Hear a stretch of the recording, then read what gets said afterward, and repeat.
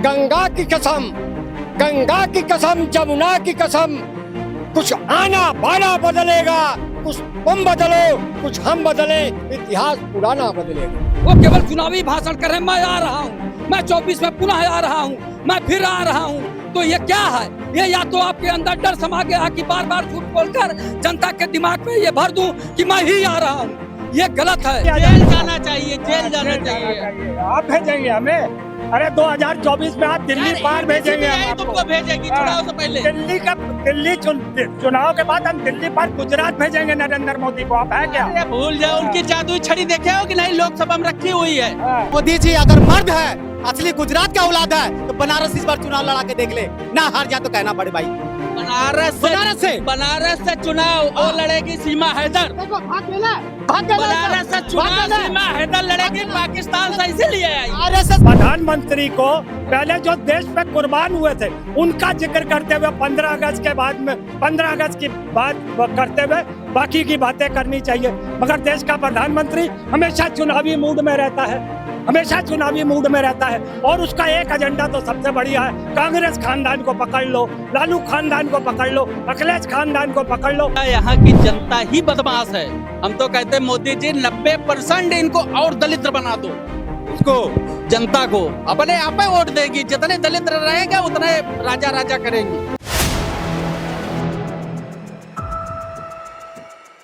4 PM news network में आप सभी का स्वागत है। मैं हूं क्षितिज कांत। आपको बता दें, राजधानी लखनऊ में हूं और इस समय जो लोकेशन है हमारी वो दारुल सफा के पास में। ये गलियारा बताया जाता है कि राजनीतिक गलियारा, तमाम मुद्दों पे अगर आपको चर्चा करनी है तो यही चले आइए साहब। बीते दिन की आपको बात बताएं तो 15 अगस्त था। 15 अगस्त के दिन लाल किले के प्राचीर से प्रधानमंत्री नरेंद्र मोदी का आप एक बड़ा भाषण आपने सुना, देश को संबोधित कर रहे थे। और ये भाषण 2024 का एक तरीके से माना जा रहा है, जो दूसरी गवर्नमेंट बनी थी इसका अंतिम भाषण भी है, जो कि लाल किले से दिया गया। अगर दोबारा से गवर्नमेंट बनती है तो दोबारा भाषण होगा, नहीं तो क्या होगा, पब्लिक के बीच में बात करेंगे कि ये जो भाषण जो हुआ है इसको किस तरीके से देखते हैं। और क्या 2024 में जो चुनाव होगा, 2024 का जो स्वतंत्रता दिवस होगा, क्या उसमें प्रधानमंत्री एक बार फिर से प्राचीर पे होंगे या नहीं। लोगों से बात करते हैं। दादा, नाम क्या है? लोलारक उपाध्याय, लोकतंत्र सेनानी। लोकतंत्र सेनानी। दादा, आप बात कर रहे हैं कल की डेट में माना जा रहा है कि मोदी 2 गवर्नमेंट का ये अंतिम भाषण था। क्या लग रहा है 2024 में जो चुनाव होगा उसमें एक बार फिर से भाषण देंगे? और क्या आपके मुद्दों पे बात हुई? देखो भैया, यह बड़ा विचित्र देश है, ये बड़ा विचित्र देश है। और हमारे देश का प्रधानमंत्री किसी न किसी तरीके से, चाहे नाच के, चाहे रो के, चाहे गा के, चाहे अपने को गिरवी रख कर, किसी भी तरीके से आन बान शान पर ये कुछ न कुछ करने जा रहा है, ये कुछ न कुछ करेगा। लेकिन बेटा मैं बता दूं, गंगा की कसम, गंगा की कसम, जमुना की कसम, कुछ आना बाना बदलेगा, कुछ तुम बदलो कुछ हम बदले, इतिहास पुराना बदलेगा। क्या 24 में प्रधानमंत्री एक बार फिर से भाषण देंगे लाल किले से या नहीं? हमें नहीं लगता, हमें नहीं लगता। रुक, ये लास्ट है। लास्ट नहीं लगता। मैं तो कह रहा हूँ हमें नहीं लगता, मैं कह रहा हूँ नहीं लगता। तो एक अकेला सब पे भारी नहीं पड़ने वाला? नहीं, करता ही नहीं। एक कैसे एक 38 दल है, अकेले बोलने दीजिए। 38 दल है तो अकेले कैसे हैं आप बताइए ना। 38 दल है ना। आपको शायद याद होगा, आज के नौजवान, आज के छोटे बच्चे जो अपने को बहुत माहिर समझते हैं, मोबाइल का बहुत बड़ा ठेका ले लिए हैं ये नहीं समझ रहे हैं कि ये नए बच्चे ये कह रहे हैं कि प्रधानमंत्री कौन होगा, प्रधानमंत्री कौन होगा, ऐसा कौन सा व्यक्ति है। तो मैं तो सीधे उसी दिन कहा था कि 1977 को बच्चे, उस समय हम लोग नौजवान थे, तब ये बच्चे नहीं थे जो आज ये बच्चे प्रश्न कर रहे हैं। वो बच्चे उस समय वो नहीं थे, उस समय हम लोग थे। तो 1977 में कोई नेता नहीं था, नेता विहीन चुनाव लड़ा गया था, और जो सबसे बड़ा दल था उस व्यक्ति वही प्रधानमंत्री बना। इस बार बदलाव हो जाए? बिल्कुल बदलाव होगा, बिल्कुल बदलाव। आपका नाम क्या है? दिनेश मिश्रा। मिश्रा जी, क्या लग रहा है, कल प्राचीर से प्रधानमंत्री नरेंद्र मोदी पूरे देश को संबोधित कर रहे थे, आपके मुद्दे पे बात हुई या नहीं? देखिए, प्रधानमंत्री जी ने प्राचीर से जब प्रधानमंत्री संबोधन करता है देश के नाम, तो लोगों में एक उत्सुकता रहती है कि हमारे लिए, नौजवानों के लिए, बुजुर्गों के लिए, महिलाओं के लिए सुरक्षा पर, शिक्षा पर और रोजगार पर कुछ नई बात बताएंगे, जिससे भविष्य तय होगा युवाओं का, बुजुर्गों का, महिलाओं का। अच्छा, एक बात कर ले, देश का भी प्रश्न है, मोदी 2 गवर्नमेंट का ये अंतिम भाषण था लाल किले की प्राचीर से। क्या 2024 के चुनाव के बाद एक बार फिर आप प्रधानमंत्री नरेंद्र मोदी को लाल किले के प्राचीर पे देख रहे हैं? नहीं, इसको देख रहे हैं फिर? आने वाला कोई नया ही होगा। और मैं आज आपको लिख के बता दूं कि कोई भी गांधी परिवार से अगर कोई सोचता है कि प्रधानमंत्री बनेगा, तो निश्चित तौर पर प्रधानमंत्री गांधी परिवार के लोग नहीं बनेंगे। उस परिवार से कोई नहीं बनेगा। कांग्रेस का हो सकता है, लेकिन गांधी परिवार से कोई नहीं बनेगा, क्योंकि देश सर्वोपरि है उनके लिए। आपका इशारा मल्लिकार्जुन खड़गे की तरफ तो नहीं है? मल्लिकार्जुन खड़गे साहब को और बड़ा काम करना है। किसको देख रहे हैं? अभी तो अगुआ हैं और बड़ा काम करना है। बहन जी की बात हम इसलिए नहीं करेंगे कि वो उसकी जो गठबंधन में है ही नहीं है, तो उनकी बात बेईमानी है बात करना। हमें नहीं बात जी जी जी, पहले नाम पहले विनोद आनंद। विनोद आनंद जी, पहले प्रश्न आपसे कर ले, कल प्राचीर से, लाल किले की प्राचीर से प्रधानमंत्री नरेंद्र मोदी पूरे देश को संबोधित कर, आपके मुद्दे पे कोई बात हुई? सर, आप पहले सुने होंगे 1947 से लेकर 2023 तक 9 साल निकाल दीजिए। जब भी देश के हमारे जितने प्रधानमंत्री बने, गरीब, मजदूर, बिजनेसमैन और सारे टोटल लोग रेडियो, टीवी, अपना फोन ऑन कर लेते कि आज हमारे देश के प्रधानमंत्री कुछ हम लोग के लाभदायक के लिए बात करेंगे। लेकिन ऐसा प्रधानमंत्री हम लोग चुन दिया कि एक भी बंदा अपने हमारे देश के हित के लिए बात वहां से अनाउंस नहीं किया, सिर्फ परिवारवाद लेके आया।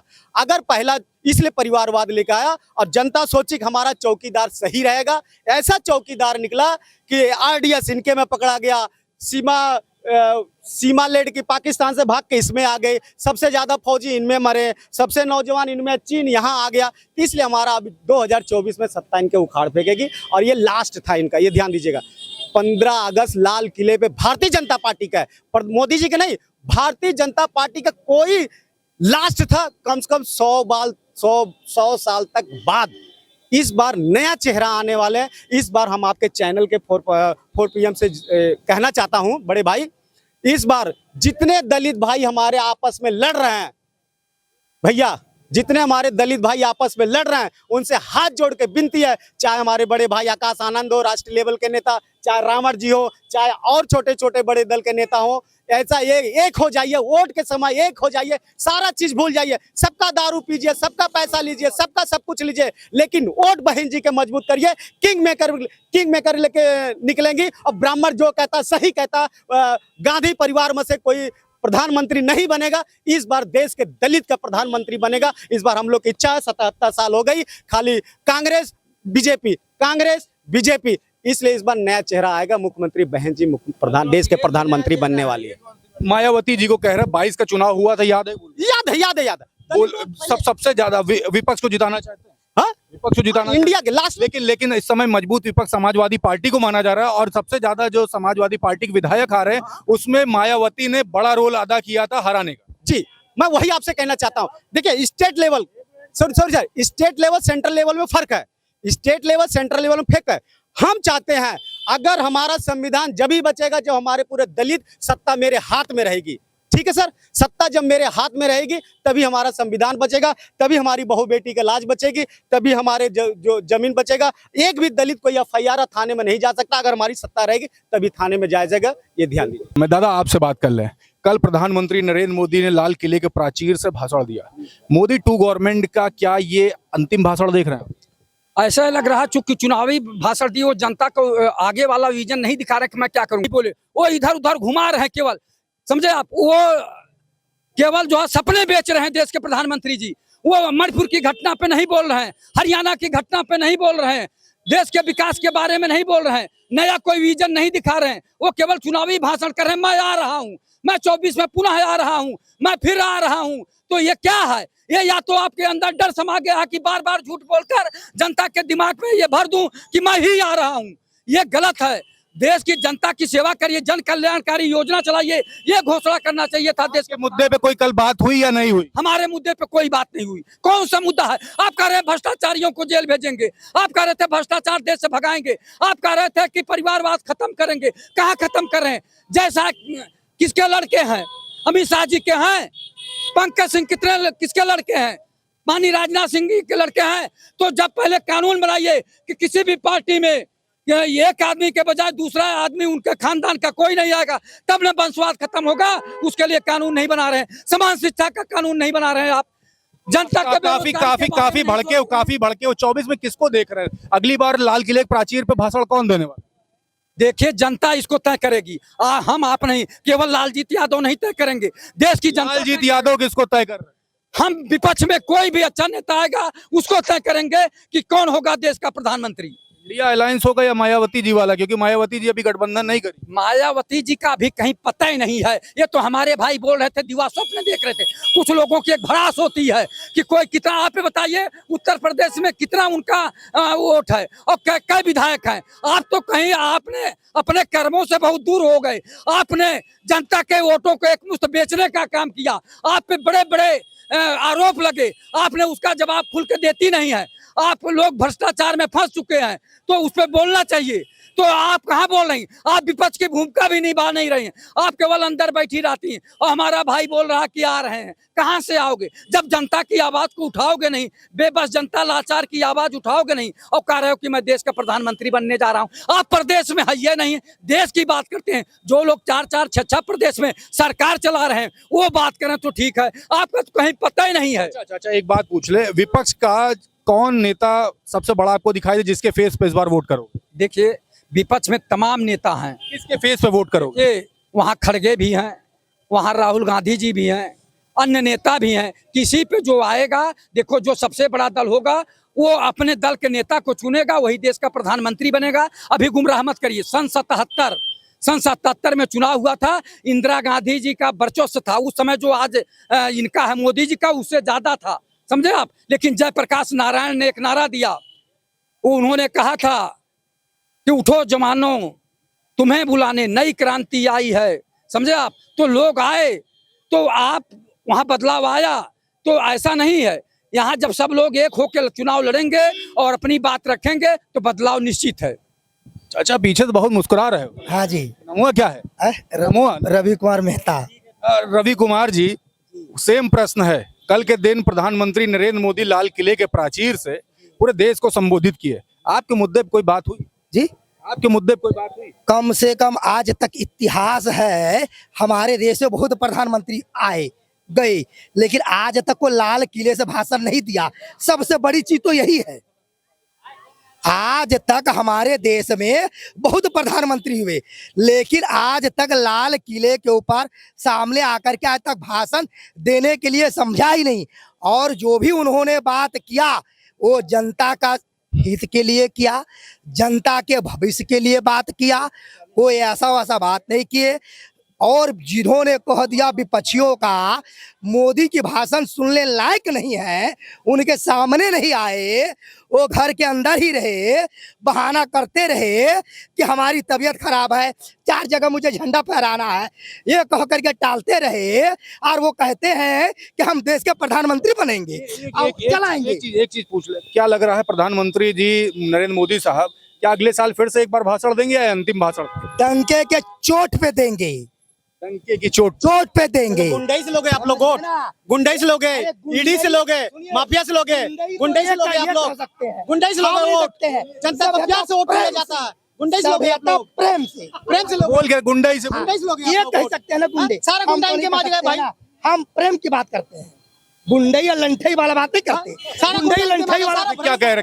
भाई देखिए, आप लोग बिल्कुल शांत हो जाइए। मैं कुछ इससे अलग बात करना चाहता हूँ, एक लाइन की, उसके बाद फिर मैं उसी मुद्दे पे आऊंगा जो सवाल आपने किया। आप ये बताइए 15 अगस्त हम क्यों मनाते हैं? ये आप बताइए, 15 अगस्त को हम लोग आजाद हुए थे 1947 को, तो हमारा देश लाल किले के पटल से देश का प्रधानमंत्री अपनी योजनाएं गिनाता हो, जबकि उसको पहले जब अगर वो लाल किले में उसने भाषण शुरू किया तो उसने ना तो भगत सिंह को याद किया, ना सुभाष चंद्र बोस को याद किया, ना चंद्रशेखर जी को याद किया, जितने हमारे क्रांतिकारी वीर जो देश के लिए शहीद किए। एक मिनट रुकिए चौबे जी, आप बीच में बहुत बोलते हैं।